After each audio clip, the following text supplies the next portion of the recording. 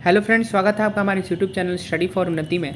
और आज हम आपके साथ जुड़ गए हैं इलेक्ट्रिसिटी के इंपॉर्टेंट क्वेश्चंस के साथ। जैसा कि आप देख सकते हैं, सबसे पहले क्वेश्चन यहाँ पर हमारे पास है कि एक वायर का लेंथ एल है, उसका जो है कि and made of the material resistivity R, उसकी जो है कि resistivity R is cut from the two equal part, दो इक्वल पार्ट में कट कर दिएगा। The resistivity of the two equal part is equal to.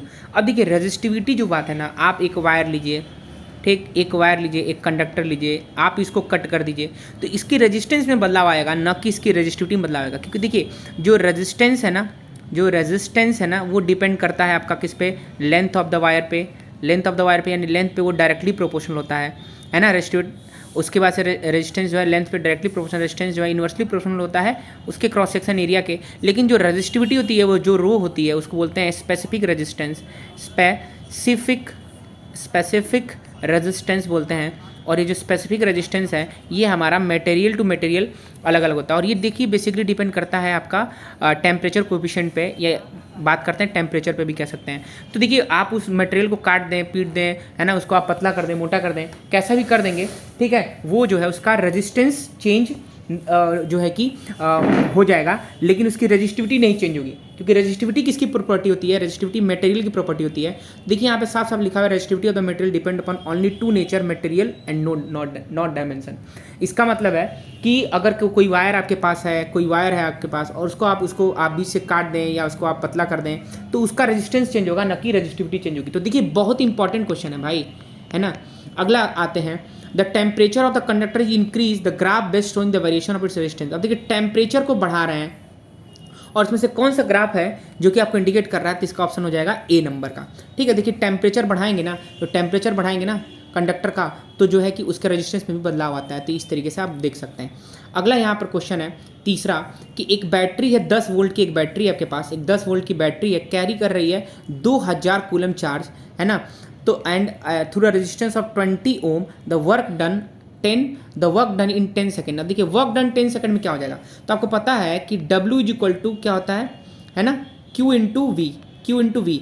इसका मतलब क्या है कि V इज इक्वल टू क्या हो जाता है, W बाई क्यू होता है। अब यहाँ से इसी फॉर्मूले से आप लगा सकते हैं। अब देखिए 10 वोल्ट की बैटरी दे रखा है और वर्क डन दे रखा है आपका, जो है कि वर्क डन, इसमें the work done in 10 second. अब देखिए वर्क डन पूछ रहा है और आपका ये कूलम चार्ज दे रखा है, तो जब इसमें गुणा करेंगे तो ये आपका टोटल इतना आ जाएगा, है ना। और वर्क आपका आ जाएगा 2 into 10 to the power 5 joule. तो इसका मतलब आंसर आपका बी नंबर आपका सही है, ठीक है। अब देखिए एक बॉय जो है रिकॉर्ड कर रहा है that 4000 joule work is required to transfer 10 coulomb charge. अब देखिए 4000 वर्क डन लग रहा है 10 कूलम चार्ज को ट्रांसफर करने के लिए, है ना। 2 पॉइंट ऑफ रजिस्टर 50 ओम, और रजिस्टर कितना दे रखा है, 50 ओम दे रखा है। तो आपको बताना है ना कि the current passes through it. तो देखिए आपको बताना क्या, बेसिकली बताना है आई इक्वल टू क्या होता है, क्यू बाई टी, है ना। आई इक्वल टू क्या होता है, क्यू बाई टी होता है। अब यहाँ से आपको देखिए चार्ज कितना है, 10 कूलम है, और वहाँ पे थोड़ा सा आपको यहाँ पे दिमाग लगाना पड़ेगा। पहले हम निकालेंगे I equal to Q by T, और अब देखिए यहाँ से W अपॉन क्यू आर, इसका मतलब है कि आप इस वाले फॉर्मूले से फटाक से निकाल सकते हैं। तो देखिए आपका वर्क डन कितना है, 4000 है, और आपका चार्ज कितना है, 10 कूलम है, और 50 रेजिस्टेंस है। तो इसका आंसर कितना जाएगा, 8 एम्पियर करंट वहाँ से आपका जाएगा। तो ये एक क्वेश्चन बहुत इंपॉर्टेंट आपका बन सकता है। अगला यहाँ पर क्वेश्चन है कि the resistance whose V I graph is below. अब देखिए रेजिस्टेंस दे रखा है आपका इसका, और आपको पता है कि आर इक्वल टू क्या होता है, वी बाई आई। तो पर सिंपल आप वी और आई को अपन में ले लीजिए, तो 3/5 यहाँ पर आपका आंसर आ जाएगा। देख सकते हैं 3 बाई, यहाँ से 3 है तो 5 है, तो 6 है तो 10 है, 6 है तो 10 करेंगे तो फिर भी 3/5 ही आएगा आपका, ठीक। तो इसी के साथ आपका इसका आंसर कौन सा हो जाएगा, बी ए नंबर हो जाएगा, ठीक है। आगे देखिए, to get 2 ohm resistance using 6 ohm resistor the number of them required is. अब देखिए कहना चाह रहा है to get 2 ohm resistance using only 6 ohm resistor. तो देखिए आपको जो टोटल चाहिए वो कम चाहिए, और यहाँ पर है तो ज़्यादा ना 6 ओम का, तो 6 ओम को आप कैसे लगाएंगे, अगर अब उस 6 ओम को अगर आप सीरीज में लगाएंगे तो बहुत ज़्यादा हो जाएगा। तो अगर उस 6 को हम पैरेलल में करें तो क्या ख्याल है, देखिए तो 6 को अगर आप पैरेलल में लगा देंगे, जैसे एक 6 का हो गया, फिर आपका एक और 6 का हो गया, फिर एक और 6 का हो गया, इन तीनों को 6 का पैरेलल लगाएंगे तो हो जाएगा 1/6 प्लस 1/6 प्लस 1/6। इसका मतलब क्या है, 3/6 हो जाएगा। और जब इस 3/6 को आप उल्टा करेंगे तो 6/3 यानी कि 2 ओम आ जाएगा। तो इन तीनों को पैरेलल में कनेक्ट किया जाएगा। तो 3 register required 6 ohm resultant more than dual, so they must be connected in series, नहीं होगा यहाँ पर आपका क्या हो जाएगा, पैरेलल, क्या हो जाएगा, पैरेलल हो जाएगा। ठीक, ये आपका आंसर हो गया। अगला क्वेश्चन है, two wire of the same length and area made of two is rho one and rho two. देखिए दोनों का सेम लेंथ है और एरिया दोनों का, the two wires same length and area of two material of resistivity is rho 1 rho 2 are connected in series but the source potential V the equivalent resistance of same area। तो इसका answer क्या हो जाएगा, रो 1 plus रो 2। आगे बढ़ते हैं, two devices are connected between two point A and B in parallel, है ना, the physical quantity that will remain same between the two point. देखिए भाई साहब, पैरेलल में आने के बाद उसका सेम क्या होता है, तो पैरेलल में आने के बाद उनका वोल्टेज रिमेन सेम होता है। तो ध्यान दीजिएगा, पैरेलल में क्या सेम होता है, वोल्टेज, और सीरीज में क्या सेम हो जाएगा, करंट। ठीक है, पैरेलल में क्या हो जाएगा, सेम जो है कि वोल्टेज आपका। आगे बढ़ते हैं, the least resistance obtain by the 2 ohm 4 ohm 1 ohm and 100 ohm. तो देखिए 2 ओम 4 ओम सबको लगा दीजिए पैरेलल में, और जब इसको कैलकुलेट करेंगे ना आप, तो आपका जो है कि सी नंबर आपका आंसर आ जाएगा लेस देन 1 है, क्योंकि देखिए 100 भी तो है, 1/100 बहुत छोटा हो जाएगा ना, इसलिए। Two wire of the same length are area made of the two material resistivity are connected in parallel, we potential and the equivalent resistivity for the same area is. तो इसका आंसर आप आंख बंद करके मांग सकते हैं, क्या हो जाएगा, रो 1 रो 2 अपॉन रो 1 प्लस रो 2। आगे बढ़ते हैं, इसी तरीके से हुआ है। ठीक, यहाँ पे इसका सॉल्यूशन दे रखा है। आगे बढ़ते हैं, कहना चाह रहा है calculate the current through the 10 ohm resistor following circuit. अब देखिए भाई ये क्वेश्चन सबसे इंपॉर्टेंट है। अगर मैं एग्जामिनर होता ना तो एक क्वेश्चन इसमें का आपको देता जरूर, गारंटी है आपका। अब इसको अगर आपको सॉल्व करना है तो इसके लिए सबसे पहले आपको निकालना पड़ेगा आर इक्विवेलेंट। अब आर इक्विवेलेंट निकालने के लिए देखिए सब पैरेलल में लगे हुए हैं, तो यहाँ पर आप इसको 1/20 प्लस 1/10 और प्लस 1/5। अब इसका एलसीएम लेंगे तो आ जाएगा 20। अभी हो जाएगा 1 प्लस 10 2 जा 20 और 5 4 जा 20। इसका मतलब आपका R 1/R इक्विवेलेंट। देखिए ध्यान दीजिए इधर, ठीक है, तो ये कितना आ जाएगा, 4 2 6 1 7, यानी 1/R इक्विवेलेंट कितना आ गया आपका, 7/20। इसका मतलब आपका R इक्विवेलेंट कितना आ गया आपका, 20/7। कितना आ गया R इक्विवेलेंट, 20/7। और आपको पता है कि करंट बराबर क्या होता है, आपको पता है ना कि करंट बराबर क्या होता है। देखिए यहाँ सॉल्व कर दे रहा हूँ, तो आपको पता है कि I इक्वल टू क्या होता है, I इक्वल टू क्या होता है, V/R इक्विवेलेंट। अब यहाँ पर आपका I निकालना है आपको, और V कितना है, 6 है, V कितना है आपका 6 है, और R इक्विवेलेंट कितना है 20/7 है। इसका मतलब कि डिवाइडेड बाई 20/7, इसका मतलब 6 × 7/20 हो जाएगा। अब ये देखिए कट जा रहा है आपका, है ना, 2 3 6 और 2 3 6 और 2 10 में 20, यानी 7 3 21/10 आ गया। टोटल करंट कितना आ गया, 21/10, यानी कि 2.1 आ गया। अब 10 ओम वाले में आपको चाहिए करंट, तो 10 ओम वाले में करंट निकालने के लिए हमको यहाँ पर देखना पड़ेगा पोटेंशियल। तो यहाँ देखिए टोटल 6 वोल्ट है, तो यहाँ 10 ओम वाले पर भी 6 वोल्ट ही होगा। अब इसमें आपको क्या पता है, करंट निकालना है, तो आपको V पता ही है, तो I इक्वल टू क्या आ जाएगा आपका, V/R। ठीक, I इक्वल टू V/R, और I नहीं पता है, V कितना है आपका, पोटेंशियल 6 है, और R कितना है आपका, जो है कि R आपका कितना है, देखिए टोटल करंट 2.1 आ गया था ना। अब यहाँ पर आपको 6 वोल्ट है और R चाहिए था, तो आपका R यहाँ पर 10 दे रखा है। अब डिवाइड कर देंगे ना तो 0.6 आ जाएगा यहाँ पर। तो इसका आंसर कौन सही हो गया, B। अब आप कह रहे होंगे कि सर ये तो हम डायरेक्ट भी कर सकते थे, है ना, लेकिन आपको मैं ये भी बता दिया कि टोटल करंट भी कैसे निकालेंगे, आर इक्विवेलेंट भी निकालना सिखा दिया आपको। आर इक्विवेलेंट कैसे निकालेंगे ये भी आपको सीख गए आप यहाँ पे, जो है कि टोटल करंट कैसे निकालेंगे ये भी आप सीख गए। ठीक, और इसमें कितना 0.6 है, उसी तरह इसमें आप निकाल सकते हैं 6। इसमें आप देखिए 6/20 करके निकाल सकते हैं, 6/5 करके, और सबको जोड़ेंगे ना तो 2.1 ही आना चाहिए। देखिए यहाँ पर आंसर निकाल दिया, बहुत सिंपल था वो, तो आपको बता दिया हूँ मैं, ताकि आपका जो है कि तैयार हो जाएगा। अब अगला क्वेश्चन है, 2 register connected in series but, है ना, series gives an equivalent resistance of 10 ओम, है ना, when connected in parallel is 2.4 when the individual resistance R. भाई ये देखिए, ये आपको बता देना, आपको मेरी पर बात करने में विश्वास है, आप प्रीवियस ईयर जाके देखिए, आपको प्रीवियस ईयर में क्वेश्चन नहीं मिला ना, फिर आप आकर के बताइएगा मेरे से। इतना इंपॉर्टेंट है कि इसमें आपको दे रखा है कि उनको सीरीज में कनेक्ट करके दे रखा है और पैरेलल में कनेक्ट करके दे रखा है, तो इंडिविजुअल पूछना चाह रहा है। तो यहाँ देख रहे हैं सीरीज में कनेक्ट करा हो तो R1 + R2 इतना दे रखा है, और पैरेलल में आपको देखिए अब 2 connected in series are equivalent resistance 10 ohm. तो देखिए साफ साफ दिख रहा है कि R1 + R2 इतना इंपॉर्टेंट है ना, R1 + R2 10 ओम दे रखा है। ठीक, और देखिए क्वेश्चन है कि इन पैरेलल में 2.4। अब देखिए जब पैरेलल में कनेक्ट होता है ना तो डायरेक्ट निकालने एक फॉर्मूला होता है कि R1 × R2 upon R1 + R2, ये डायरेक्ट निकालने का फॉर्मूला है। अब आप बताइए कि आपको R1 + R2 कितना दे रखा है, R1 + R2 कितना दे रखा है, 10 दे रखा है, तो नीचे 10 रख दीजिए। ठीक है, नीचे यहाँ पर आप 10 रख सकते हैं। ठीक, देखिए 1 मिनट थोड़ा सा, देखिए यहाँ पर, हाँ कहाँ थे हम लोग, यहाँ थे। तो R1 + आपका R2 कितना दे रखा था, 10 ओम दे रखा है। और आपको पता है कि RP बराबर डायरेक्ट 2 रजिस्टर होते हैं, तो R1 + R2 अपॉन है ना। ये होता है आपका R1 इंटू R2 अपॉन क्या होता है R1 प्लस R2, ठीक। अब बताइए RP दे रखा है ना 2.4, तो 2.4 यहाँ रख दीजिए पैरेलल वाला, और R1 इंटू R2 आपको नहीं पता है, और यहाँ से R1 प्लस R2 10 रख के, और R1 इंटू R2 आप निकाल सकते हैं, R1 इंटू R2 कितना आ जाएगा 24 आ जाएगा। अब 6 चौका 24, अब देखिए 5 तो खत्म, 7 चौका 28, 8 दूना 16, 6 चौका 24, 6 और 4 आंसर सही है, इसका आंसर नंबर बी सही है। इतना इंपॉर्टेंट नहीं है ना, आप फिर मेरे से बात करिए। यहाँ से देखिए R1 R2 to be resistance of filament of 40 volt and 60 volt respectively, operating 220 volt की बैटरी है, और यहाँ से देखिए आप पावर वाला फॉर्मूला यूज करिए, धड़ से आंसर आ जाएगा आपका यहाँ पे। तो इसका आंसर हो जाएगा R1 is greater than R2, R1 is greater than R2, ये आपका सही होगा, R1 is greater than R2, ठीक है। आगे बढ़ते हैं 14 number. The resistance of a hot filament bulb is 10 times the cold resistance. What will be the resistance of 100 watt and 220 volt lamp when not in use? तो देखिए यहाँ पर भी आप resistance equal to V square by R वाला formula लगा करके आप कर सकते हैं, ठीक है ना। अब देखिए आगे बढ़ते हैं, यहाँ पर आपका जो है कि 484 आ जाएगा।